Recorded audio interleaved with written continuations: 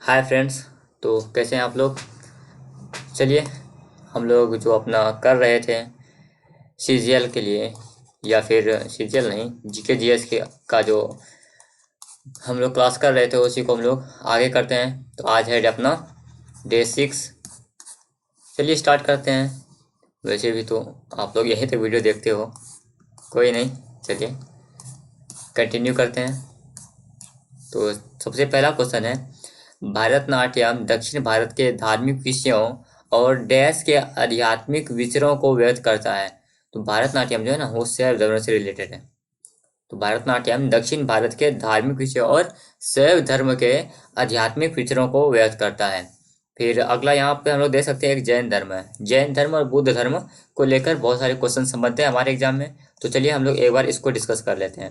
हम अभी जैन धर्म को डिस्कस नहीं करेंगे इस क्वेश्चन में, बस हम लोग बुद्ध धर्म को डिस्कस करेंगे। फिर अगला जब भी आएगा तो वहाँ से हम लोग फिर उसको शैव धर्म को भी डिस्कस कर लेंगे, क्योंकि एक ही क्वेश्चन में इतना सारे डिस्कस करेंगे ना तो वीडियो का लेंथ बहुत बढ़ जाएगा। तो जब अगली बार आएगा तो जैन धर्म को भी हम लोग डिस्कस कर लेंगे। चलिए, तो सबसे पहले बौद्ध धर्म के जो संस्थापक हैं, बौद्ध धर्म को किसने फाउंड किया था।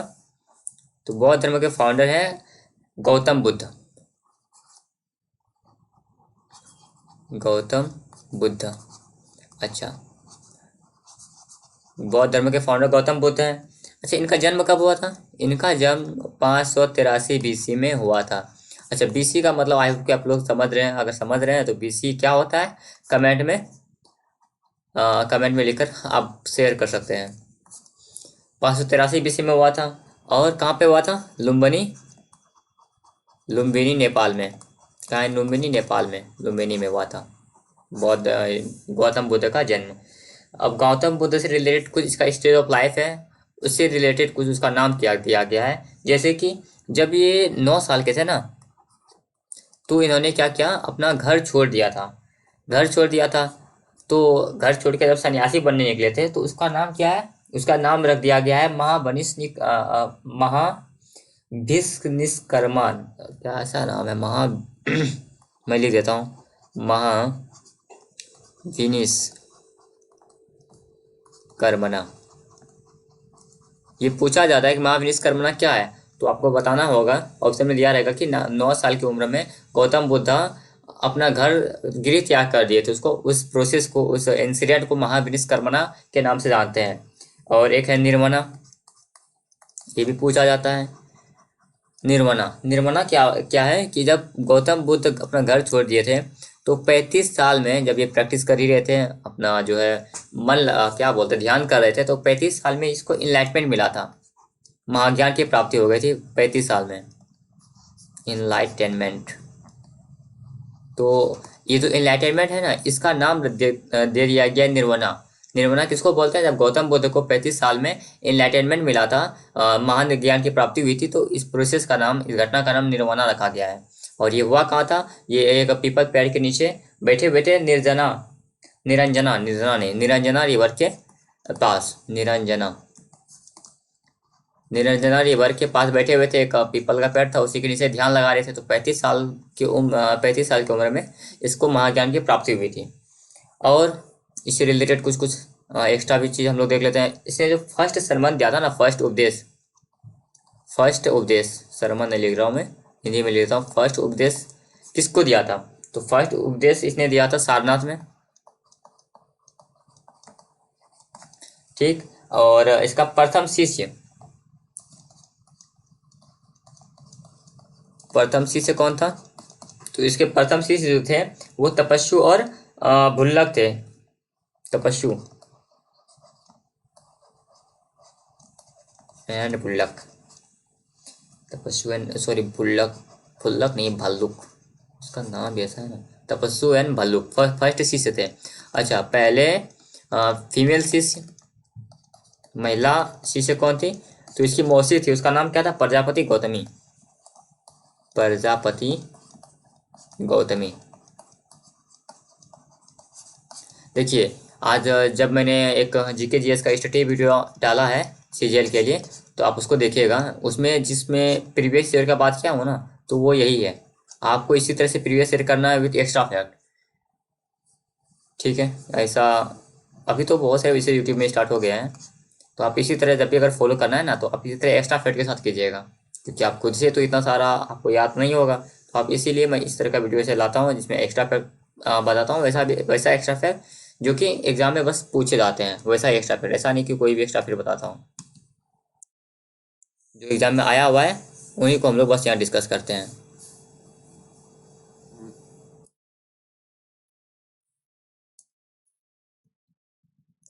चलिए, अगला क्वेश्चन है, निम्नलिखित में से कौन सा त्योहार, अच्छा एक सेकंड, इससे पहले हम लोगों ने डिस्कस नहीं किया ना, 16-15 तक किया था ना कल, तो इसको डिस्कस कर लेते हैं। नीति आयोग द्वारा तैयार किए गए नवंबर 2021 में जारी किए गए पहले बहुआयामी गरीबी सूचकांक एमपीआई के अनुसार निम्नलिखित में से कौन सा राज्य सबसे गरीब है? तो सब भाई सबसे गरीब तो अपना बिहार ही है, दुर्भाग्यवश। चाहे वो ऐसे बोल लो, एमपीआई के अकॉर्डिंग बोलो या सेंसस के अकॉर्डिंग बोलो, 2011 सेंसस के अकॉर्डिंग, गरीब तो यही है। अगला अगला क्वेश्चन, निम्नलिखित में से कौन सा त्योहार टाई ऑफ प्रोटेक्शन के शब्द से जुड़ा हुआ है? ये तो सही आयोग की सबको पता होगा कि रक्षाबंधन है, इसमें बताने लायक कुछ है नहीं, सबको पता है। टाई ऑफ प्रोटेक्शन ये अपना रक्षाबंधन ही है। अगला, भारतीय संविधान के संविधान के निम्नलिखित में से कौन से अनुच्छेद में नागरिकता सिटीजनशिप किस पार्ट में है? आप लोग ये भी बताइए किस भाग में है। अच्छा, सिटीजनशिप तो वही आंसर होगा, 5 से 11। 2 से 4 तो कुछ है ही नहीं, 1 से 5 है, जिसमें क्या है, संघ एवं इसके यूनियन एंड स्टेटीज, संघ एवं इसके केंद्र शासित प्रदेश, यूनियन एंड टेरिटरीज है। और 25 से 31 तो इधर है ही नहीं, 25 और इधर यहाँ देखिए आपको फंडामेंटल राइट जो है पार्ट 3 में भाग 3 में जो है, मैंने चैनल में पढ़ाया है, वो आपको अगर याद हो तो आप पीछे जाके देख सकते हैं। वैसे मैं यहाँ इसका क्विक रिविजन करवाऊंगा। पार्ट 3 में फंडामेंटल राइट्स हैं, और जो कि आर्टिकल अनुच्छेद 12 से 35 तक में है, जिसमें कि 12 से 35 तक में 14 से 18 जो है ये कानून के sorry equal right to equality है, समानता का अधिकार है। हाँ, अच्छा, 14 से 18 में हो गया। फिर 18 से 19 से 22 में क्या है, तुम्हारा फ्रीडम है, राइट टू फ्रीडम, स्वतंत्रता का अधिकार। फिर 23-24 क्या है, शोषण के विरुद्ध अधिकार, है ना। फिर 24 से आपका हो गया 28, 24 से 28 क्या है, आपका धर्म की स्वतंत्रता। और फिर 29-30 में माइनॉरिटी वाला आता है। फिर 31 और 32 में क्या है आपका वो जो परम आदेश है ना, जिसको सोल ऑफ इंडिया कॉन्स्टिट्यूशन बोलते हैं, जैसे हेबियस कॉर्पस हो गया, मैग्ना कार्टा हो गया, सर्जरी हो गया, ऑर्डिनेंस हो गया, ये सब आर्टिकल 32 में है। तो इसको चलिए देख लेते हैं। पार्ट थे, अच्छा इसमें 5 से 11 है, 5 से 11 में वैसे तो कभी आता नहीं है। चलिए इसको उतना डीप में डिस्कस नहीं करते हैं, क्योंकि ये पहली बार ही आया है, इससे पहले नहीं आया नहीं था। और मुझे नहीं लगता कि ऐसा कभी आएगा कि आर्टिकल 5 में क्या लिखा हुआ है, आर्टिकल 6 में क्या लिखा हुआ है।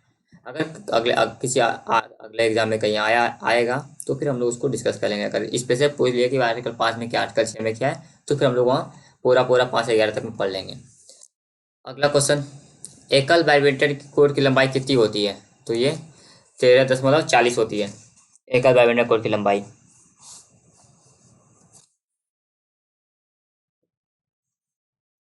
और अगला देखते हैं 1901 में, इसमें कुछ हमको आज वैसे कुछ एक्स्ट्रा फैक्ट है नहीं डिस्कस करने के लिए। 1901 में विलियनों में रासायनिकी गतिकी और प्रसरणी दाब के एक नियमों को खोज द्वारा प्रदान की गई। आप 1 मिनट रुकिएगा, बस 1 मिनट, उसके बाद फिर मैं आ रहा हूँ।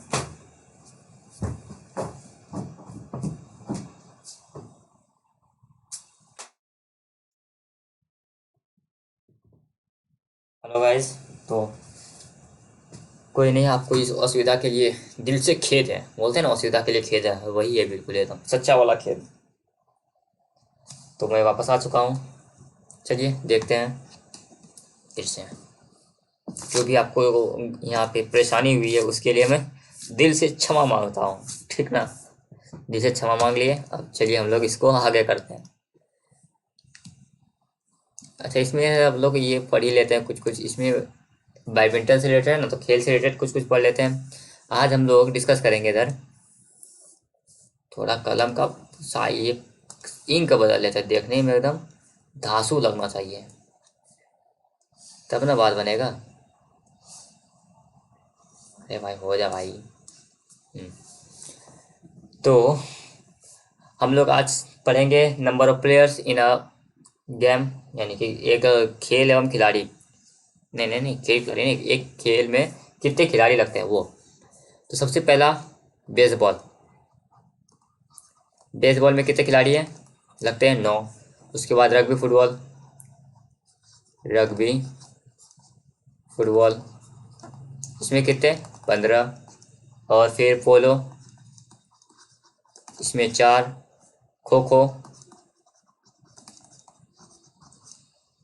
9। खो खो या कबड्डी दोनों में 9 लगते हैं, खो खो और कबड्डी। आप इसको नोट्स बना लीजिएगा, ठीक। खो खो कबड्डी। हॉकी, उसके बाद हॉकी,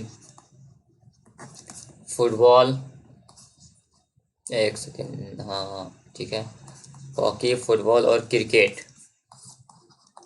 अब तो यहाँ पे मैंने क्रिकेट लिख दिया, अब तो भाई सभी को पता होगा, इसमें कोई दो पूछने की बात ही नहीं है। फिर नेटबॉल में कितने लगते हैं, 7। वॉलीबॉल, वॉलीबॉल में कितना, तो 9। नहीं सॉरी, वॉलीबॉल में 9 नहीं, गलती हो गया, हमरे से माफ़ कर दीजिएगा। वॉलीबॉल में 6 ही होते हैं। और उसके बाद टेनिस या फिर टेबल टेनिस। अभी मज़ा आएगा ना वीडियो। टेबल टेनिस और टेनिस में कितने होते हैं, 1 या 2। और बास्केटबॉल, बास्केटबॉल से कुछ याद आ रहा है क्या, नहीं, कितने भोले हुए भाई। एक जिम्नास्टिक, बास्केटबॉल में 5 और जिम्नास्टिक में है अपना 8। चलिए भाई, आपको याद नहीं आया तो हम क्या करें हैं, वैसे तो याद आ जाना चाहिए था। अगर किसी को याद आया तो कमेंट में ज़रूर बताएं, हम भी देखें। अगला क्वेश्चन है, 1901 में विलियनों में रासायनिक की और गतिकी और प्रासरणी दाब के नियमों की खोज द्वारा प्रदान की गई असाधारण सेवाओं की पहचान के लिए नोबेल पुरस्कार किसे दिया गया था। अरे भाई इतना बड़ा क्वेश्चन था, लेकिन आंसर वहाँ क्या है, बस इतना नाम, जैकबस हेनरिक्स वैन टी हॉफ। कैसा कैसा नाम रखते हैं ये लोग हैं, सीधा सीधा छोटो छोटो नाम नहीं रख सकते हैं, जैसे कि राहुल हो गया। अगर राहुल किसी साइंटिस्ट का नाम होता तो क्या ही मज़ा आ जाता, तुरंत याद हो जाता ना। ये लोग भी समझता नहीं है बच्चा का दुख तकलीफ। निम्नलिखित में से किसका उपयोग लार्ज हैड्रॉन कोलाइडर एलएससी और एमआरआई स्कैनर तथा एनएमआर स्पेक्ट्रोमीटर में अतिचालक चुंबकों के लिए शीतलन माध्यम के रूप में किया जाता है। बहुत ही बढ़िया सा क्वेश्चन था, हीलियम बस इसका आंसर है।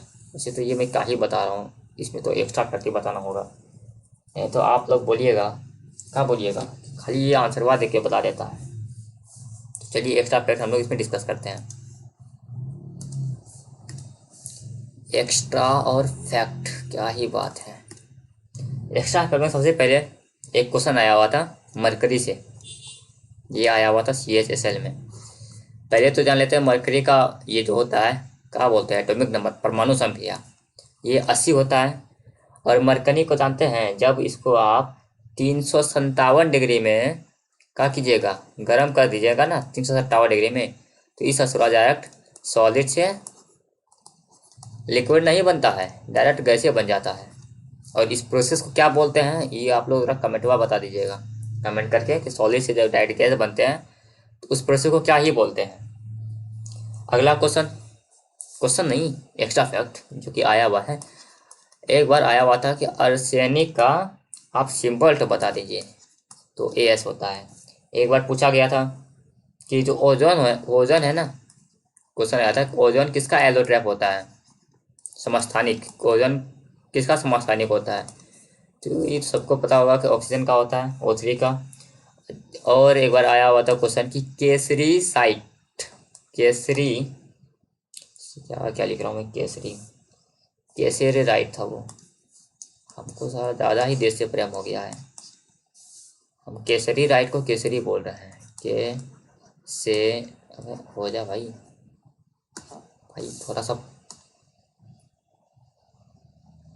लो, लैपटॉप मरने लगा, अभी गोल गोल घूम रहा है, क्या करें, तब तक हम आपको मुँह से बता देते हैं। केसेरे हुआ का, हाँ हो गया, मुझे बताने की ज़रूरत नहीं है। केसेराइट ये किसका और है? तो केसेराइट जो है मैग्नीशियम का और है। और एक आया हुआ था कि आइंस, क्या नाम है इसका, आइंस्टीनियम, आइंस्टीनियम, इसका आया था कि एटॉमिक नंबर कितना होता है। तो आइंस्टीनियम का जो सिंबल होता है उसको भी याद रखिएगा, ES होता है। एटॉमिक नंबर 99 होता है। और सबसे रेयरेस्ट मेटल कौन सा है? अब देखिए सर, हमको यहाँ पे इसका हिंदी नहीं पता कि रेयरेस्ट का हिंदी क्या होता है। हाँ हाँ, याद आ गया, दुर्लभ। सबसे दुर्लभ मेटल कौन सा होता है? तो सबसे दुर्लभ मेटल आपका एस्टेटाइन है। ये सब प्रीवियस ईयर है, तो हल्के में ना लीजिएगा।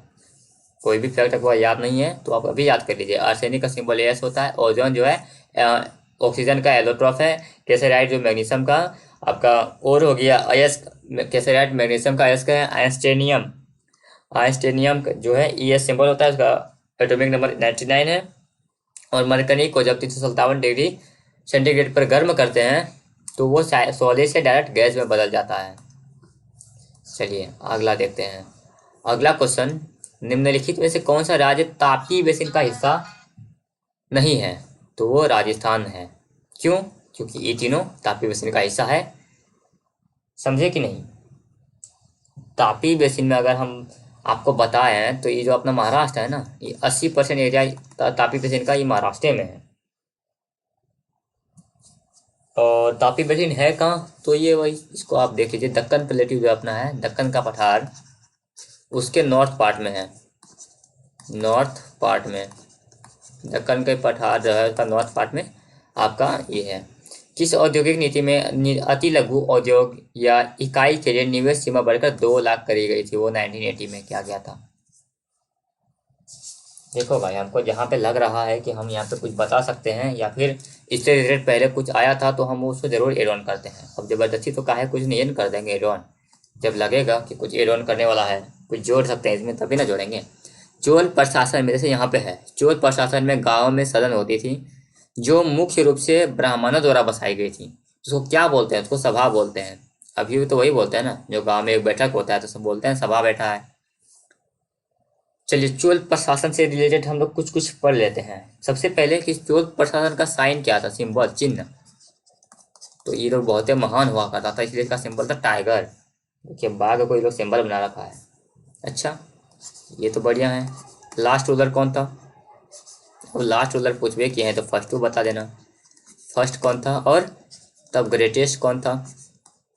ये तीनों हम लोग देख लेते हैं। तो सबसे पहले ग्रेटेस्ट का बात कर लेते हैं। ग्रेटेस्ट का नाम था करिकाल और फर्स्ट का नाम था, बहुत बड़ा नाम है, उख। आप इसका नाम है, देखिए समझ जाइएगा, यादों करने का जरूरत नहीं पड़ेगा। इतना बड़ा नाम बस इसी का है, उक पहरे इलन जेती चेन्नी।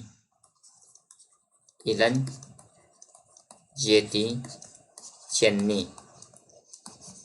और लास्ट रूलर कौन था इसका? जिसका लास्ट रूलर था अपना शेरंगम। एक चीज देख रहे हो, बोलते हैं ना, देख रहे हो विनोद, एक चीज दिखाते हैं आपको हम, अगर आपने नोटिस नहीं करा तो। शेर, टाइगर, प्रज्ञानार्थिक। चलिए, तो दैट्स ऑल फॉर टुडे, मिलते हैं कल।